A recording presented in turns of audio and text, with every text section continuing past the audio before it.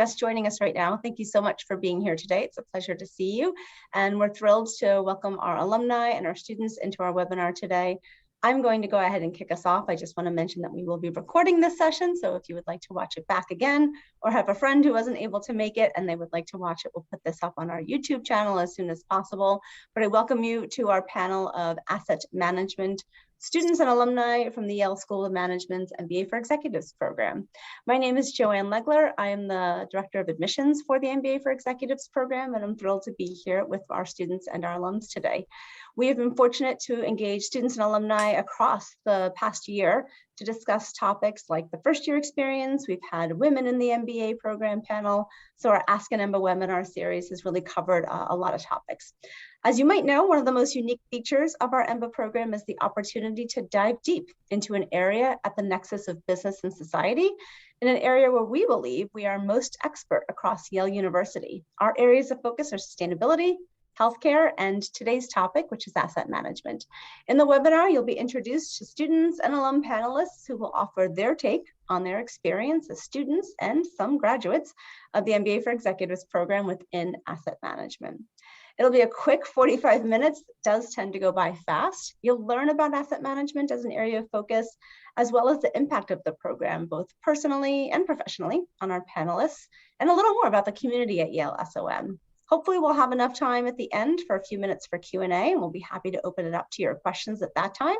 You can put those questions into the chat at any point, and we'll be happy to answer those at the end of our time together. I am thrilled to welcome this panel of students and alumni, and I'm going to pass it over to my friend Jeremy Deutsch, alumnus from the class of 2020, to first introduce himself and then introduce the panelists, or have them introduce themselves as well. So Jeremy, thank you so much for being on our panel today. Thanks to everyone, and for moderating our panel today. I'm thrilled to see you. Thank you very much, Joanne. And thank you, Liz, for helping to put this together today and for giving us an opportunity to speak to you all. My name is Jeremy Deutsch. I'm a graduate of the Yale School of Management class of 2020. I'm an attorney with the law firm of Cozen O'Connor in the New York City office, where I practice in business litigation, primarily doing complex corporate litigation, esoteric financial instrument work, and breaches of fiduciary duty, and the general gamut of sort of business disputes. We are joined by one of my classmates, and I'm going to turn it over to him for an introduction. Banye, the floor is yours. Thank you, Jeremy. As Jeremy so eloquently said, my name is Banye Issel. I graduated in 2020, as he already stated. I currently work for Google Cloud out of their New York office. Deal mainly around their strategy and ops around cost optimization. So not really dealing with asset management, but you know, that's the glory of getting an MBA from Yale. You get to pivot and do things that you really don't see on the horizon at first. But really just mainly trying to control costs and deal with a lot of evaluations that we do on a day-to-day basis. But with that being said, I shall pass off back to Jeremy. Yeah, we're going to sort of do this in first name alphabetical order. So Diana, would you like to tell us something about yourself? Yeah, thanks, Jeremy. Hi, everyone. Thank you for joining our webinar session today. My name is Diana G. I'm currently the 2023 EMBA program student, and I'm also full-time working at Deloitte as a senior manager in assurance and advisory. On my day job, I provide advisory service to the private equity companies for their due diligence and evaluations, and I have been working at Deloitte for the past 9 years. Thank you, Diana. Frank, I think you are up next. Thanks, Jeremy.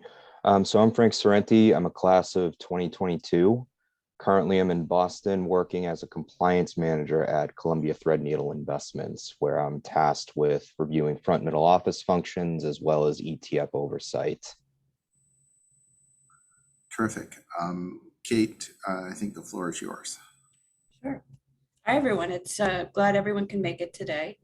I'm class of 2022 as well, and I am an investment management lawyer. I'm work in the New York City area and primarily focus on registered funds and investment advisors, but kind of do a little bit of everything. Terrific. Thank you all for the brief introduction.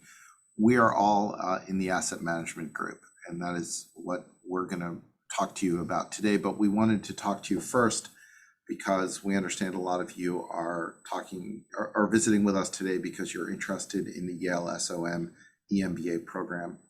And so we wanted to give you some general thoughts about that as well, including stepping back to where you are today, when we were considering applying. And one of the things I wanted to throw out to the group was to get a sense of what people's motivation was for applying to EMBA generally, in terms of hoping that it would accelerate their career, whether the asset management function at SOM was a draw for them. And I'm going to sort of do this a little bit in reverse order. So I will go back to Kate and let her take us out of the gate. Sure. So kind of, I guess this is also a bit of a fun fact about me, is my son is actually an undergrad here, and we will, fingers crossed, we will graduate the same year, so this year. And so I would come visit him. He came up here pre-pandemic. There's like pre and post, so it's definitely pre-pandemic. 2018, I guess he started. And I would come up here, and it was just, it was great to see him, of course, but just being on the Yale campus was just so amazing for me. I mean, you could feel the culture, even with the undergrads. It's true. You have very smart people, but it's collaborative. It's not competitive in a negative way. And you could just really feel that. And as I would drive home back to New Jersey, I would pass School of Management and kind of look longingly at it. And I had been kind of browsing MBA programs for years and years, and kind of just for a variety of personal reasons couldn't do it. Kind of had to get my kids through and all first, but I finally decided to go for it. And it was something I had wanted to do probably for 10 years. I only applied to Yale, and it was like, it was going to be Yale or nothing for me. And so, and it's been a great journey. It's one of the best things I've ever done.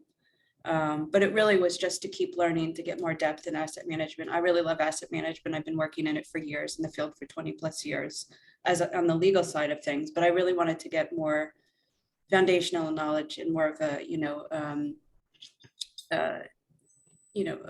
business lens, deeper. I really wanted deeper and broader knowledge than I had. So that was my long journey here. It took me a while, but I know I landed in the right place. So Frank, what took you to Yale for the EMBA program? So it's always challenging following after Kate because her insights are always spot on. So for me, it's really similar in the sense that I had three drivers. I wanted to continue to work during school, and I didn't want it to take like 5 years for a typical part-time MBA program. I wanted to build depth in the general leadership, the quantitative skills, which typically aren't associated with compliance, and then also that deeper understanding of market dynamics, which Yale hits with the asset management track. And Yale really was the only program that offered this kind of holistic view into asset management with that track course offering.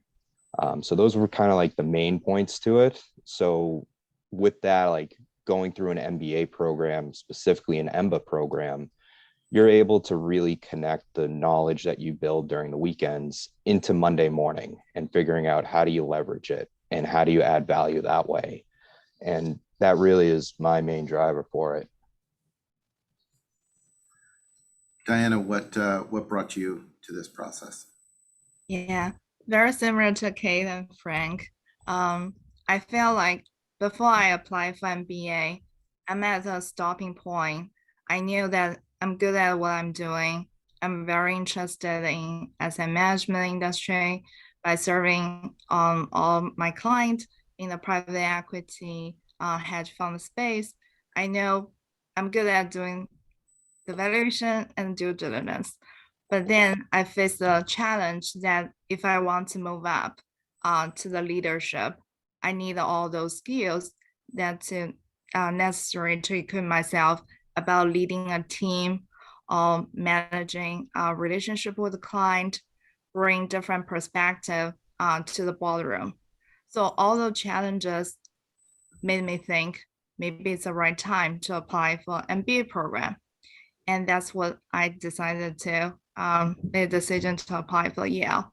And Yale is the only school I applied for my MBA because based on my research, I noted that first of all, Yale actually admitted most female students into the program.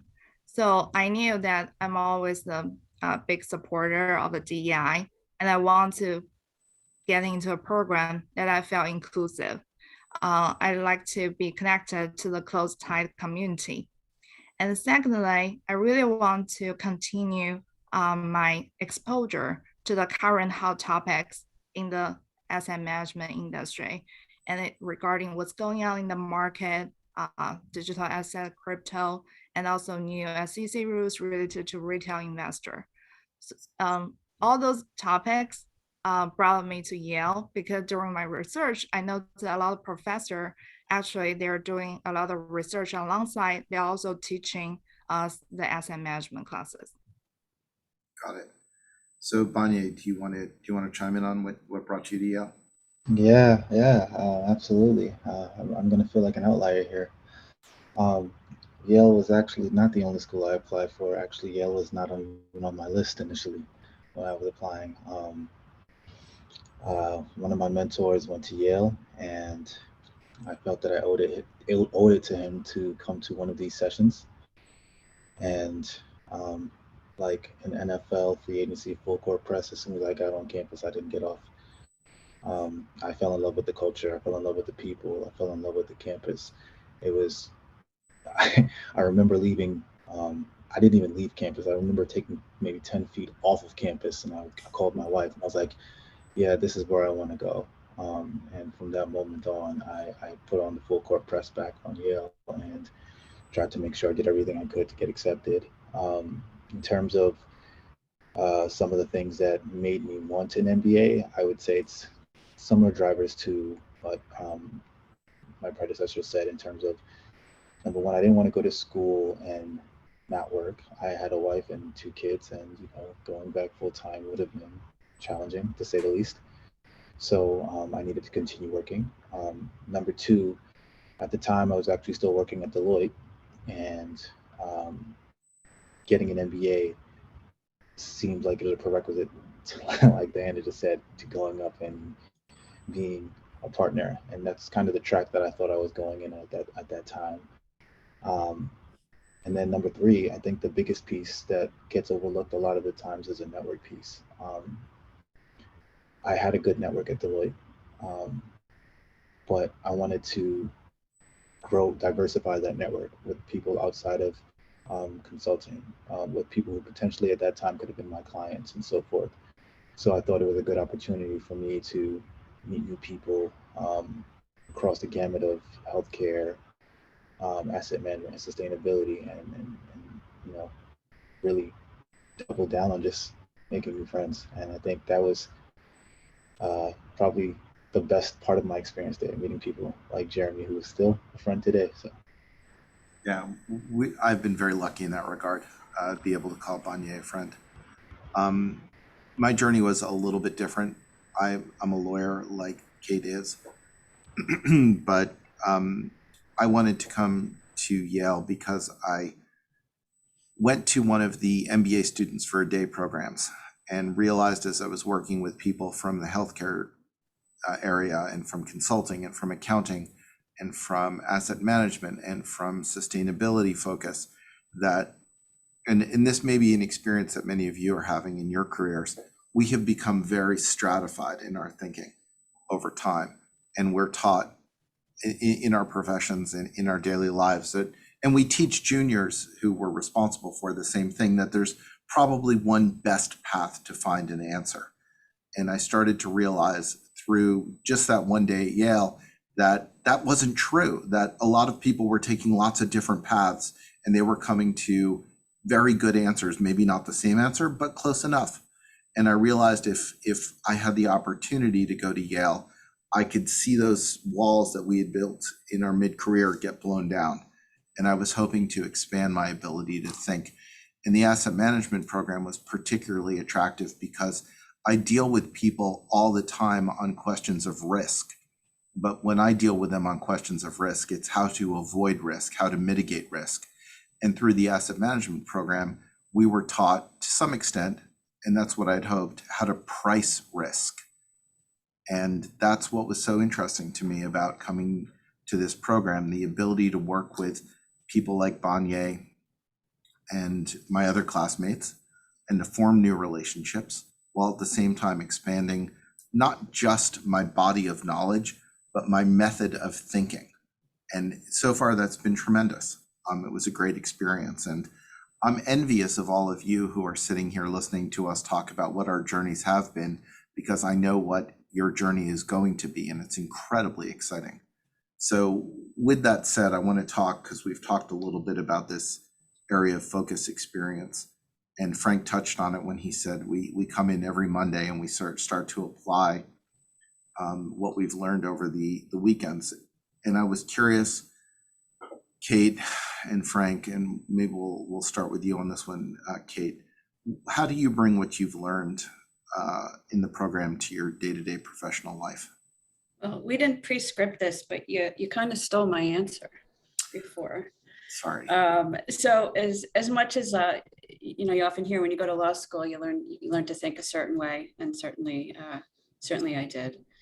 And but when I was thinking about this question, it really wasn't any one class or any one kind of takeaway I had or one great epiphany from all the classes.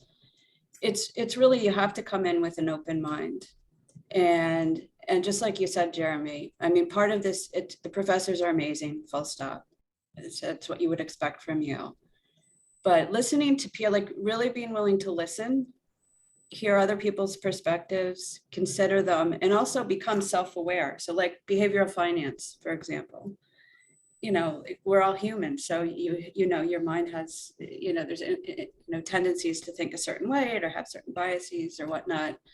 And a lot of classes around decision making. We had modeling managerial decisions. We're going to be taking another one about tax and finance.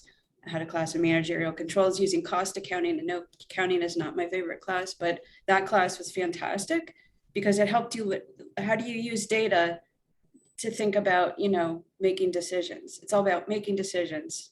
And if you have integrity around that process with a new lens or many new lenses, everything has changed. Your whole professional life has changed. Your whole personal life has changed. And so it really has. I mean, I have a lot more technical skills to be a good lawyer. If you don't know the business, you're really not too useful to your clients in-house or, as outside counsel. The very best lawyers really know the business and can assess risk, can understand. To assess risk, though, you have to understand it, and you have to understand the business, and you have to understand, especially in asset management. I deal with a lot of our business leaders in 3 different businesses. I deal with boards of directors, a lot of governance issues, and a fund accounting department, investments teams, product teams. And I can come at this not just with a legal lens anymore, but really with, and I wouldn't even call it a business lens. It's just, I don't know, it's kind of mind blowing. It sounds very simple, but it's really the way that curriculum is calibrated. It just really, if you're just listening and you're embracing it and you're working hard, you're going to come away with just a whole new perspective on how to think about things. So Frank, I would normally tap you next, but I'm not going to make you follow that answer. I can add a little bit of color. Sure. It really does echo everything that Kate said, because we're kind of in like the similar group per se. So for me personally, like it's added a really interesting mix of hard and soft skills when it comes to team dynamics and project management and all of that. And then also, again, the market knowledge, because in compliance, like you're often trying to take what the regulatory requirements are and what the business is trying to do and meet in the middle, which is basically the equivalent of walking uphill both ways to school in a blizzard. So it really adds that interesting mix of knowledge of both technical and soft to help you create these new outcomes. And Jeremy, to your point earlier about the diversity of thought, looking at situations and looking at how people in sustainability and how people in healthcare tackle problems, and this is something that Kate also mentioned, it adds such an interesting perspective where you can frame up situations in different ways to come up with very similar solutions or even better solutions. So for me personally, like with compliance, you don't typically associate compliance with statistical analysis or regressions or anything like that. But it's all stuff that I've actually applied from school into my daily work in varying forms when I'm engaging with the PM team or engaging with the portfolio management and the product management side. I'm going to shift the conversation a little bit because of something you just said, Frank. And I want to flip the question to Diana in the first instance. Given Frank's answer and Kate's answers about sort of expanding beyond what you're currently doing, to what extent, Diana, are you able to say that the Yale mission, the School of Management mission statement to be a leader for business and society has helped you, or perhaps it hasn't, I'm not trying to lead you on this, but to what extent has it helped inform how you have been making decisions in your career? Yeah, I would say if not 100%, have to be 200%. So it definitely has impacted me a lot to apply what I have learned from classroom to my daily job. So one thing I felt like a very resonate with me, and I believe Kate and Frank touched a little bit of that, about how to manage and retain the talent of the team that I work with, especially during the past 2 years in the COVID. We have seen a high turnover at the workplace, and I'm sure a lot of people resonate with me in the audience too. So in order to keep the people happy and they find meaningful in the job we're doing, I have to really think about, okay, maybe this model or I learned from the workforce or managing teams would be actually helpful and related to how to provide constructive feedback with the junior people I work with and really coaching them, mentoring them. So there are a lot of things I probably never saw before I come into the MBA program. Now I knew I can actually apply what I learned in the actual workplace. And the second thing I think is that in terms of giving back and benefiting the business and society, before I came to the MBA program, since I work with a lot of asset manager, I always have a mindset of profit driven. And I think everything should be based on the return of the asset of the investment. But now I can look at all the issues from a different lenses and nuances and think about what about this investment decision gonna benefit the society, especially regarding like a ESG impact investing. For example, one of my clients in the real estate industry, when they start doing due diligence now, we're thinking about how we're gonna incorporate ESG factor into due diligence and evaluation process, and how they assess the building renewable energy and how to cutting edge in restructuring the model of reducing operating expense, but still driving the return.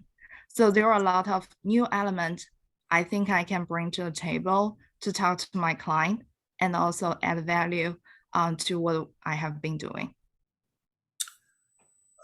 Thank you for that. That was a great answer. And in fact, I know that there's a lot of interest at the school today about the intersection between sustainability and asset management and how, I mean, I think that people are saying they're going forward, there will not be a divide between those two things. And if you're experiencing that now, I think that's pretty interesting.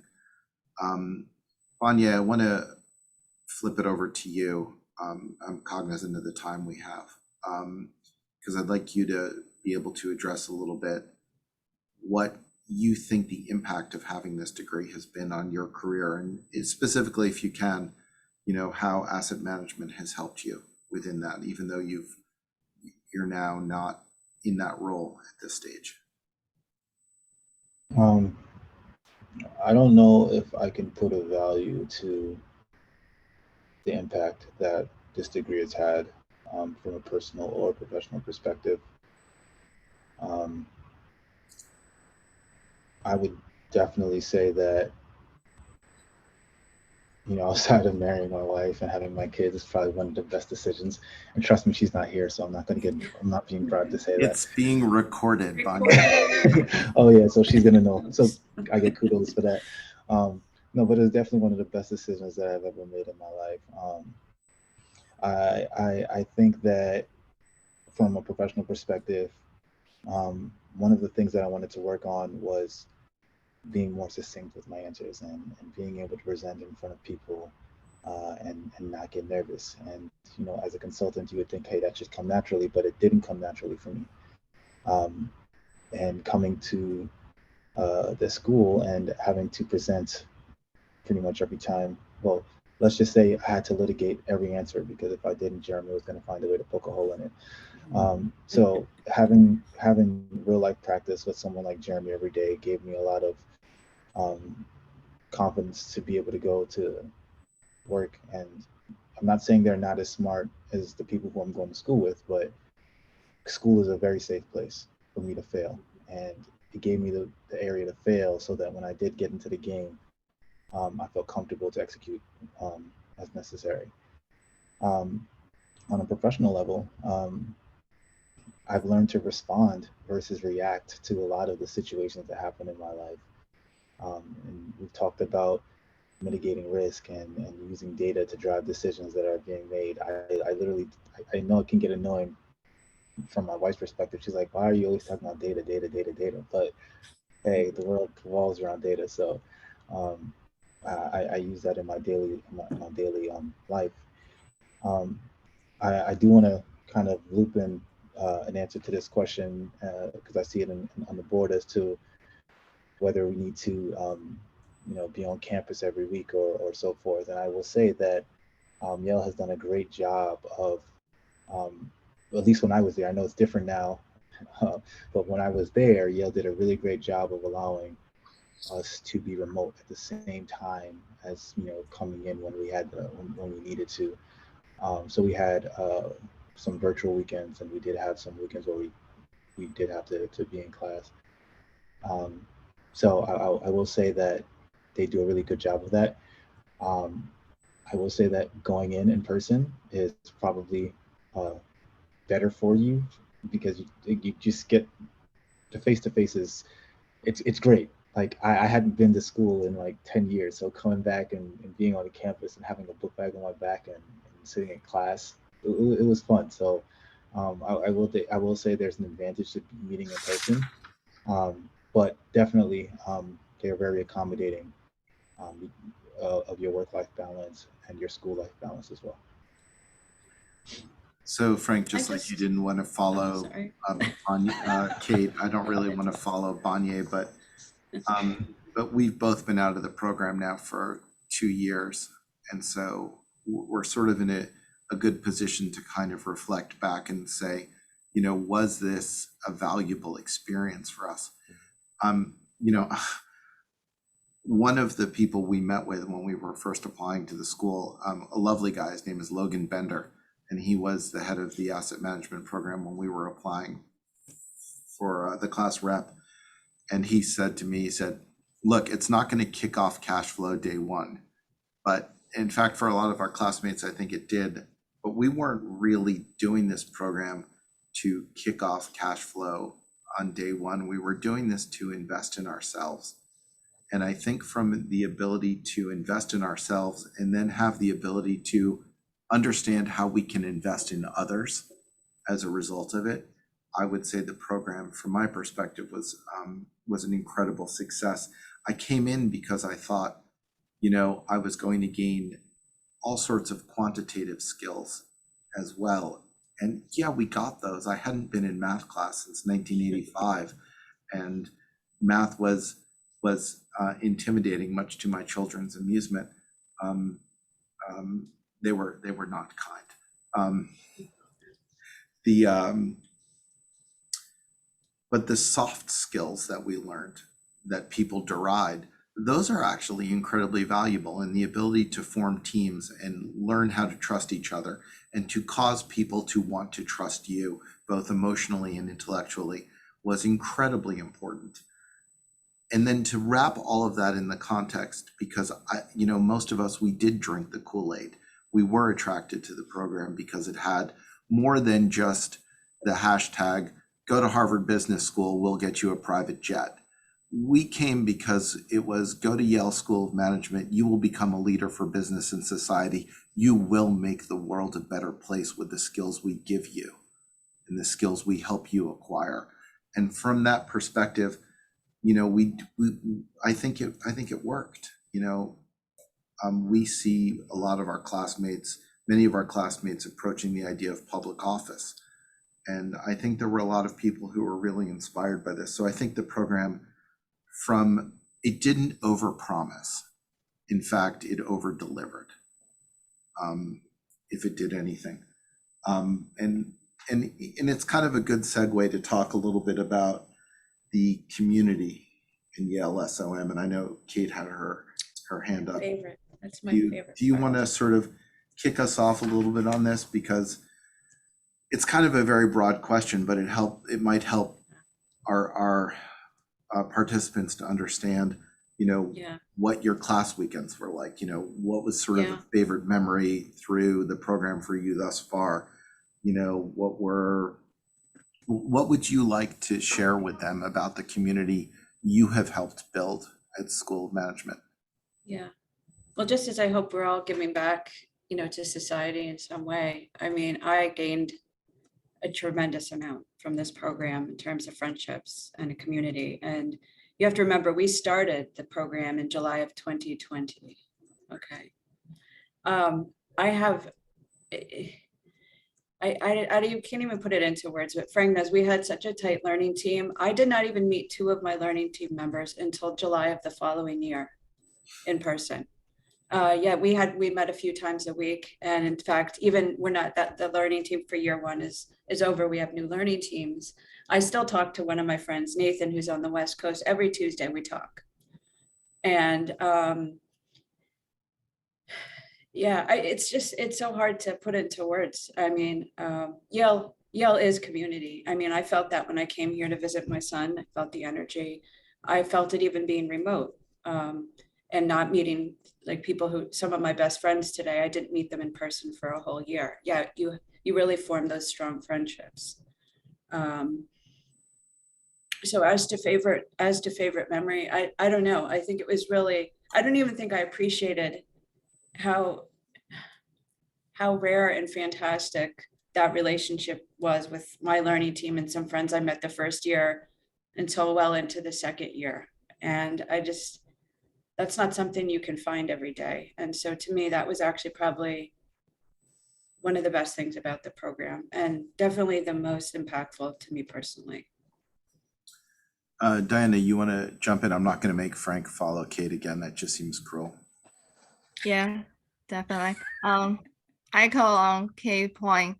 So I would say now, besides all my friends and family, coworkers I had at the workplace, my Yale family is my biggest supporter. I have to say, like, everyone in my learning team and even the entire cohort, they're definitely my biggest cheerleader. And I turn to them every time I have any issues, questions from a workplace. For example, a lot of the folks in our asset management group, they're all industry practitioners. And a few of them, one of them is a lawyer from the SEC. And then one guy runs his own hedge fund that mainly invests in crypto, digital asset.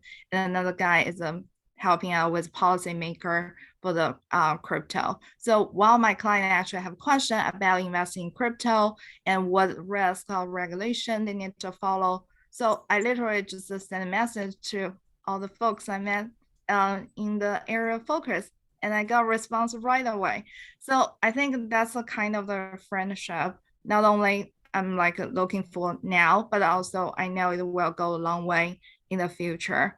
And the second thing I feel the best thing about the Yale community is that it's very open and you can approach anyone you want in the Yale. And especially now, like for the electives, we can actually select classes not only from School of Management, but we can also select classes in the law school. And one of the electives I'm interested is regarding like the private capital investing.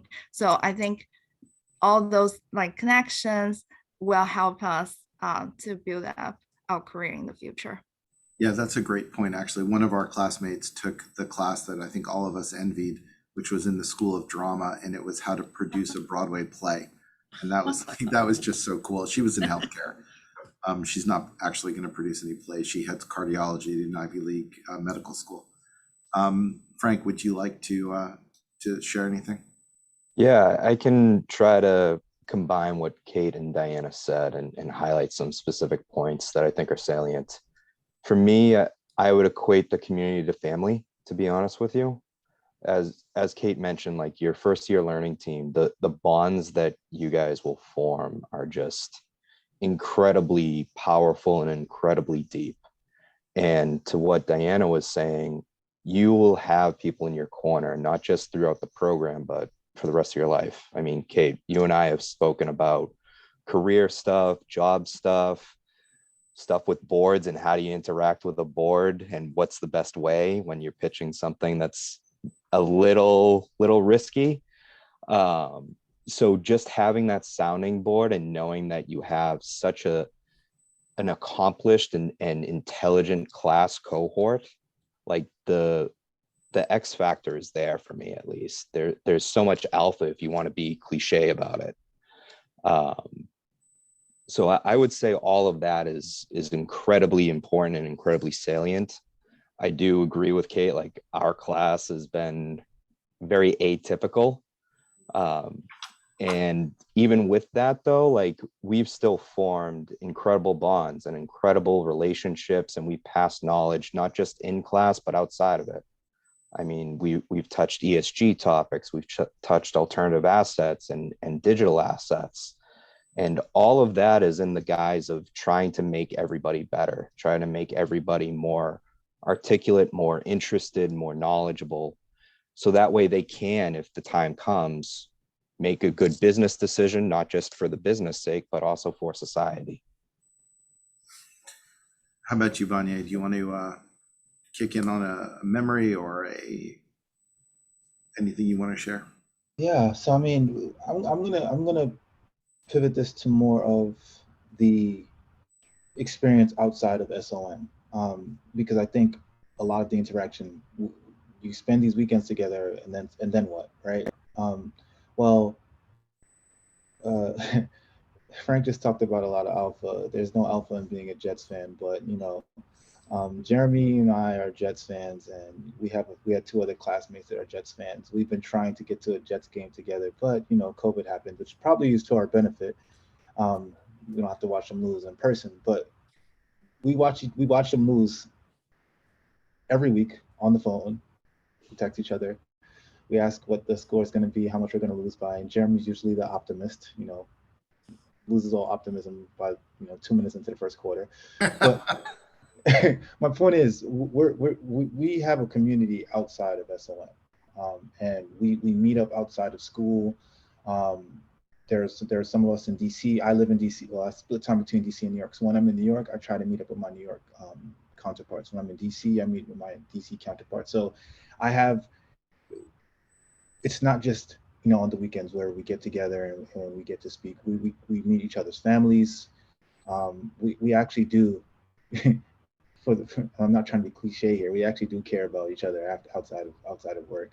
I've talked to Jeremy about personal issues as well. So don't think that you're coming to SLM just for, you know, a paper. And I'm not trying to downplay that paper. It's literally right there. Like, I value it very much.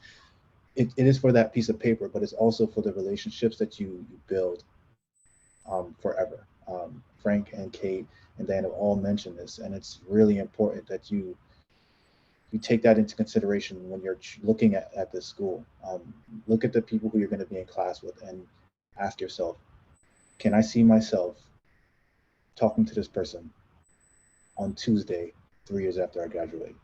And if the answer is yes, then I think you already know what your answer should be, what you should do moving forward.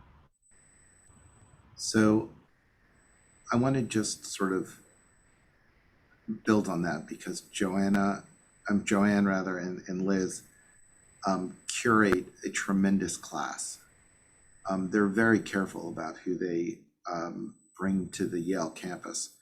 And what you'll find is you're with 75 people, 74 other people. And in every class that you're in, the professor is going to be a little nervous because he or she knows that there are probably 2 or 3 subject matter experts who are in the field, who are actually practicing in that field while the professor is teaching. And it's tremendous fun. But one of the things I just want to leave you with before Joanne turns us off is the following. Trust your classmates. You are not doing an MBA light. You are doing an MBA. And it is the full program. It is just crunched into a much shorter time frame. And as you do it, you just have to let go of the fact that unless you're absolutely some kind of intellectual freak of nature, you can't be great at everything.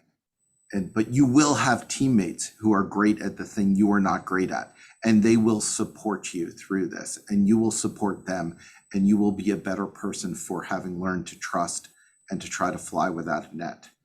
And it's a great experience. And if you have to do it, Yale is the place to do it.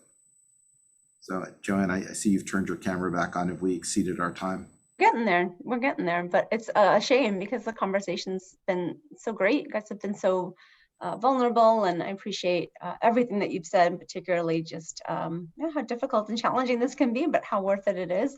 Do we have time for a lightning round of sort of your best piece of advice for students who are on the call today? We've got students who are applying, students who are a year or 2 out, students who are on the cusp of thinking about doing an EMBA. Jeremy, I think you just sort of nailed it with, hey, go for it. It's such a great experience. But if you can put yourself back in the shoes of an applicant, what would you say? How would you advise them to move forward? Or do you have some great pieces of advice about traveling? Or I would say this one's wide open, but I'd love to end on this note.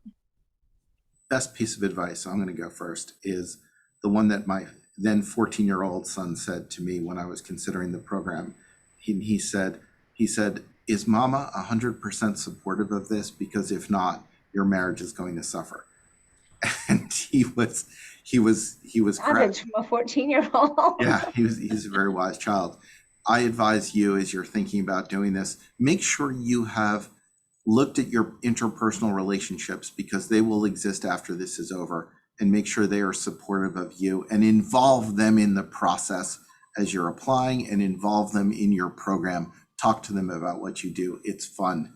If you try to live compartmentalized lives, all of your relationships will suffer. Don't do that. I don't know who would like to go next. We can do the alpha, whatever. I will piggyback off what Jeremy just said, in terms of making sure you involve everyone who's in your life. It's like he said, it's not MBA light. You're going to need help with your kids. You're going to need help, at work sometimes. And as long as you're able to communicate to any and everyone who's willing to listen, you should be fine. With your family, bring your family to campus. Hopefully you'll have visitation then. Bring them to campus. Let them get an MBA too. My daughter sat in my seat, took a picture with my nameplate, and it's one of my favorite pictures till this day. So like Jeremy said, I would definitely suggest making sure you leverage the support system that you have. I can go next. I would definitely agree with the folks. And then I feel like get buy-ins from your bosses too. For example, when I first started program, I literally send out all my photos from orientation with my entire team and saying, guys, I started the program. And then I keep them updated. Like every class weekend, if I need to travel to New Haven, I'm currently living in New York, I will give them a heads up saying, hey guys, I'm actually gonna log off earlier on Thursday afternoon because I have class on Friday. So I think the time management and set up your routine beforehand, that would be definitely helpful. So Frank, I think you're next. Yep. So I totally agree that communication is paramount. I also think being able to ask questions, like having that inquisitive nature, because you're not going to be the expert in everything. There are going to be things that are confusing, and just being able to own it and ask the questions that you may need help, you may need additional time to understand. That to me is a huge thing. How about it, Kate? I'm going to go off what Banya said earlier. Don't be afraid to fail. That's one of this program really makes you strong. At first I was intimidated by some of the classes. And now if I see a class I'm not so sure about, I'm not intimidated. I'm excited to take it because I'm going to learn. And also like what Jeremy said before about trust.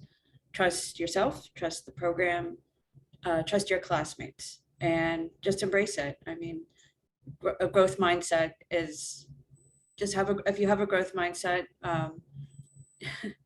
it'll be exponentially, much better experience. And that was another great takeaway for me. But don't be afraid to fail. Just dive in and do it. Yeah, in that regard, you're on the precipice of taking a really big step now. And I think all of us would agree that you should just jump. Yeah, we'll catch you. It will be fun. It will be exhilarating. I can't think of a better way to end our session today. Thank you all very much, Frank, Diana, Banya, Kate, and especially Jeremy to moderating our panel today. I know there were a couple of questions that we didn't get to, so I want to thank our guests for being here with us today, and I wish you the best of luck. If you are on your EMBA journey, feel free to reach out to the admissions team with any questions. If you haven't done a pre-assessment yet, we'd love to connect with you. We've got an information session coming up next month and a round 3 application tips webinar. So much to look forward to. I do hope we'll be able to invite you to campus soon. We seem to be on the verge of that. But in the meantime, feel free to connect with us virtually for now. Call us, email us. We're happy to chat with you. Thank you so much to our students and our panelists. I look forward to seeing you all in person, I hope very soon. I appreciate your time, and hopefully I'll see you before long. Thanks, everyone. Thanks. Bye, everyone. Thank you. Bye. Bye now. Thanks. Good luck, Thank you so everyone. much. Thanks, everyone.